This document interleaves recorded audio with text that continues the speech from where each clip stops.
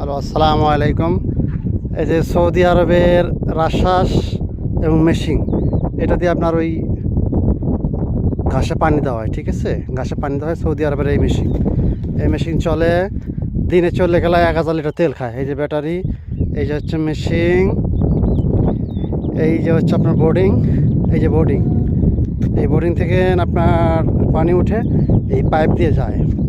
এই পাইপ দিয়ে যাওয়ার পরে ডাইরেক্ট এই যে মেন উপরে মেশিন আছে, ওই পাইপের মধ্যে পানি চলে যায় এবং পানির সঙ্গে কারেন্ট আছে, এইখানে যায়। এখানে যাওয়ার পরে এই যে কারেন্টের, এটা বলে ট্যাবলন, আরবিতে বলে ট্যাবলন, এটা হলো কারেন্টের লাইন। এখানে সুইচ দিলে যে উপর থেকে পানি এবার রাউন্ডে রাউন্ডে রাউন্ডে চলে যায় ঘাসের মাজরা। এটা হলো 50 হেক্টর, সৌদি আরবে বলে 50 হেক্টর, আর বাংলাদেশে হলো 100 বিঘা।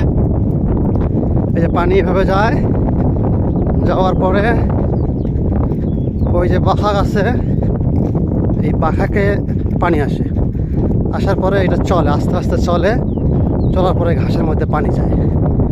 এই যে এই পাইপ দিয়ে যায়, এই যে একদম 100 বিঘার মধ্যে এটা ঘুরে, ঠিক আছে?